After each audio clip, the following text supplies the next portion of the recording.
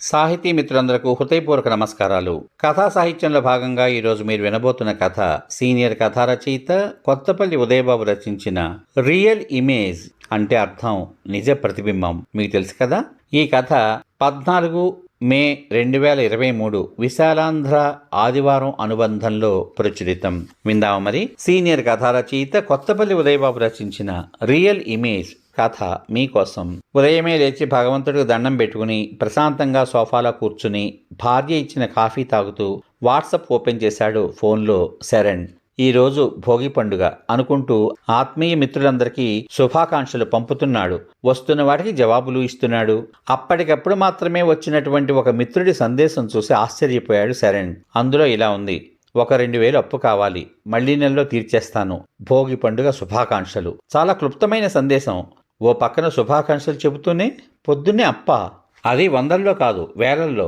అవునులే, షాపింగ్ చేద్దాం అని రోడ్డు మీదకు అడుగు పెడుతుంటే ఒక రోజులోనే కనీస అవసరాలకు 2000 రూపాయలు ఖర్చు అయిపోతున్న రోజులు ఇవి. 1000లో కాక 100లో ఎవడడుగుతాడు అప్పు? అతను నాకు బాగా తెలిసిన మిత్రుడు కాదు. నాలా రిటైర్ అయిన నా స్నేహితుడిని సైట్లు అమ్మితే కమిషన్ వస్తుంది అని చెప్పి తీసుకువెళ్ళిన అతను రియల్ ఎస్టేట్ వ్యాపారంలో పనిచేస్తున్నాడు. నా స్నేహితునికి అతను ఎలా పరిచయం అయ్యాడో నేను అడగలేదు, నా స్నేహితుడు చెప్పలేదు. 2 సందర్భాల్లో అతను మా ఇంటికి కూడా వచ్చాడు నా స్నేహితునితో పాటుగా. అలా పరిచయం అతను నాకు. ఈ రోజుల్లో ఫేస్బుక్లో ఎంతో ఆత్మీయులైన, గౌరవనీయులైన, స్థితిపరులైన ముఖ పుస్తక స్నేహితులవి ఎందరివో ఫేక్ అకౌంట్లు సృష్టించి డబ్బులు అడుక్కుంటున్న అటువంటి నిరుద్యోగులు ఫేస్బుక్ తెరిస్తే చాలు 100లో ప్రత్యక్షమవుతున్నారు. ఇతను అలాంటి వాడేనా? పాపం ఏ అవసరం ఉందో ఏమో. ఎందుకో అతను ముక్కుసూటి మనిషి, అభిమానవంతుడు అనిపిస్తాడు నాకు. అతను అడిగినంత కాకపోయినా సగమైనా ఇద్దాం అని ముందు అనుకున్నాను. కానీ నమ్మకానికి, స్నేహానికి చీడ పట్టించిన నమ్మక ద్రోహుల చేతుల్లో దాదాపు 6 సార్లు మోసపోయిన నేను ఇవ్వకూడదు అని నిర్ణయించుకున్నాను. ఇవ్వలేదు కూడా. కొన్నాళ్ల తర్వాత నా స్నేహితుడు నా ఇంటికి వచ్చినప్పుడు అడిగాడు, అతను పండగ పూట మిమ్మల్ని 2000 అడిగాడట కదా, నాకు ఆ సందేశమే పంపాడు అని. అవును, ఇవ్వలేకపోయాను అన్నాను. అతను హైదరాబాద్ ఉద్యోగం కోసం వచ్చి అనుకోకుండా బస్టాప్లో నాకు పరిచయం అయ్యాడు. కానీ గత 5 ఏళ్లుగా మా ఎల్ఐసి వ్యాపారానికి మంచి కస్టమర్లను చూపించి నాకు చాలా సహాయం చేశాడు. ఆ ఎల్ఐసి వ్యాపారానికి వేణీళ్ళకి తగ్గట్టు చన్నీళ్లు తోడుగా ఉంటాయనే ఉద్దేశంతో, అతనికి సాయం చేయాలనే ఉద్దేశంతోనే నేను రియల్ ఎస్టేట్ వ్యాపారంలో దిగాను. కరోనా వల్ల రియల్ ఎస్టేట్ వ్యాపారం అంతకంతకు దెబ్బతినడం వల్ల కాబోలు అతను నిజంగానే పాపం చాలా దెబ్బతిన్నాడు.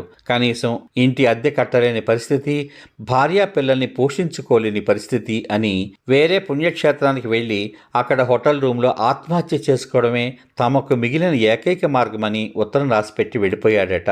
కనీసం నాతో కూడా చెప్పకుండా వెళ్ళిపోయాక ఈ విషయాలన్నీ నాకు తెలిసాయి.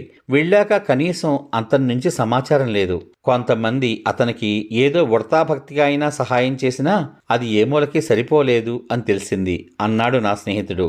నేను నిర్లిప్తంగా అలాగా అని ఊరుకున్నాను. ఎందుకంటే అతనికి సహాయం చేయకూడదు అనుకుని అతను ఆత్మహత్య చేసుకోవడానికి కారణమైన వాళ్లలో నేను ఒకడినా, లేక చెయ్యకపోవడమే మంచిదైందా అని నిర్ణయించుకోలేక. కొంతకాలం తర్వాత శ్రీకాకుళం వెళ్ళాను నా కుటుంబంతో. అరసవెల్లి సూర్యనారాయణమూర్తిని, శ్రీకూర్మంలోని ప్రసిద్ధ దేవాలయాన్ని చూసి రావడానికి. అరసవల్లి సూర్యనారాయణమూర్తి కోవెల ప్రాంగణంలో అతను నాకు కనిపించాడు. ఒక పెద్ద కొబ్బరి కొట్టుకు యజమాని స్థానంలో కూర్చుని కొద్దిగా లావెక్కిన అతనిని గుర్తుపట్టిన నేను నవ్వబోయాను.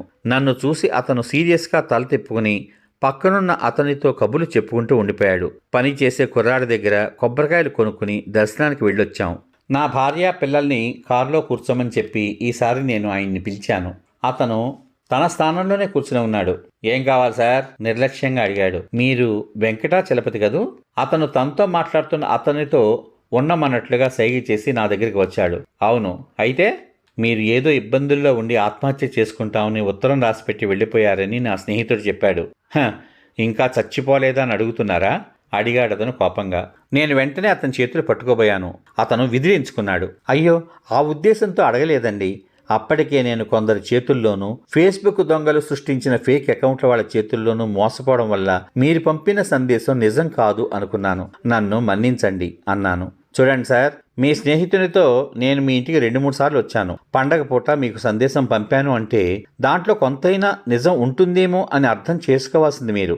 నాకు మోసం చేసే తత్వమే ఉంటే మీ స్నేహితునితో పాటు మీ ఇంటికి రాను కదా, అతను లేకుండా కూడా వచ్చి అడిగేవాడిని కదా అన్నాడు అతను సీరియస్గా. అవును అన్నాను తప్పు చేసిన వాళ్ళ.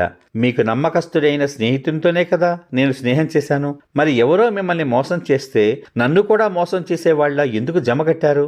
నేను సమాధానం చెప్పలేకపోయాను. మీరు నా సమాధానం విని బాధపడను అని చెప్పి నాకు మాట ఇవ్వండి అన్నాడు అతను చేయి చాచి.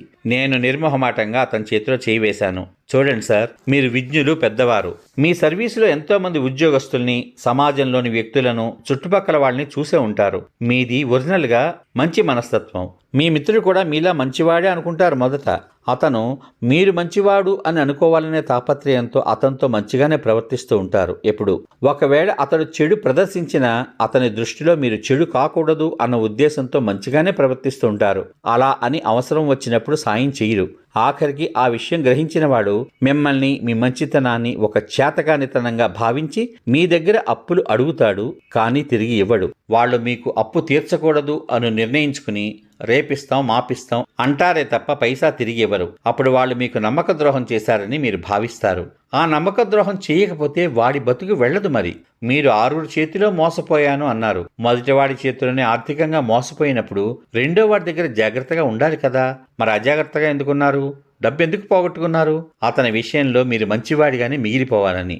అంటే మీరు మీ కోణంలోంచి ఆలోచించి స్నేహం చేస్తున్నారే తప్ప ఎదుటివారి కోణం ఆలోచించి స్నేహం చెయ్యలేదు. అంటే మీరు స్నేహానికి పనికిరారు, నమ్మక ద్రోహానికి పనికొస్తారు. అందుకే 6 చేతిలో మీరు మోసపోయారు.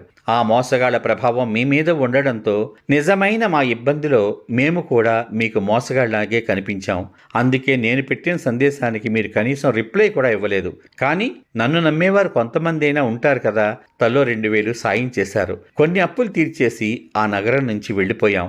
ఆత్మహత్య చేసుకుని చచ్చిపోదాం అనుకుంటే నిజంగా మోసగాళ్లమని ముద్ర పడతామని భయపడ్డాం. నగరాల్లో మనుషులు కాలక్షేపం చేయడానికి, మోసం చేయడానికి మాత్రమే పనికొస్తారు అని తెలుసుకున్న నేను ఆ ఊర్లో ఉండలేక తిరిగి మా అత్తగారు ఊరు వచ్చేశాను. నా భార్య మంగళసూత్రాన్ని తాకట్టు పెట్టి వ్యాపారం పెట్టుకున్నాను. నా వ్యాపారం కొద్దిగా పెరిగాక నాకు సహాయం చేసిన వారికి డబ్బు తిరిగి నిజాయితీగా ఇచ్చేశాను. ఇంకెప్పుడు నగరానికి వెళ్ళకూడదు అని నిర్ణయించుకున్నాను. మీరు మోసపోయారు కాబట్టి అందరూ మనుషులు మోసగాళ్ళు అని అనుకోకండి. నిజమైన మోసగాడిని గుర్తించి వారికి దూరంగా ఉండండి. నిజంగా సహాయం చేసేవాడికి, నిజంగా సాయం కావాల్సిన వాడికి సహాయం చేయండి. ఆ సాయం వాడి అవసరానికి ఆదుకుంటే మీకు ఆ సాయమే మిమ్మల్ని కాపాడుతుంది.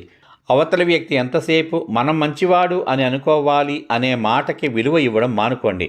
మూసుకుపోయిన నా జ్ఞాన నేత్రాన్ని తెరిపించిన వాళ్ళలో మీరే మొదటివారు. అందుకే మిమ్మల్ని ఇంత బాగా జ్ఞాపకం పెట్టుకున్నాను. ఒక విధంగా మీరు నాకు ఆదర్శం కూడా. ఉంటాను అనేసి కొట్లోకి వెళ్ళిపోయాడు. కళ్ళు తిరిగినంత పనైంది నాకు. అతని జ్ఞాననేత్రం కాదు, ఇప్పుడు నా జ్ఞాననేత్రం తెరుచుకుంది. సశేషం. ఇంతవరకు మీరు సీనియర్ కథా రచయిత కొత్తపల్లి ఉదయబాబు రచించిన రియల్ ఇమేజ్, నిజ ప్రతిబింబం కథ విన్నారు. ఈ కథ 14/5/2023 విశాలాంధ్ర ఆదివారం అనుబంధంలో ప్రచురితం. ఈ కథ మీద మీ అమూల్యమైన అభిప్రాయాలను వీడియో కింద పొందుపరచమని కోరుకుంటూ మళ్ళీ మరొక మంచి కథతో మీ ముందుంటాను. అంతవరకు సర్వే జనా సుఖినో భవంతు. శుభమస్తు. స్వస్తి.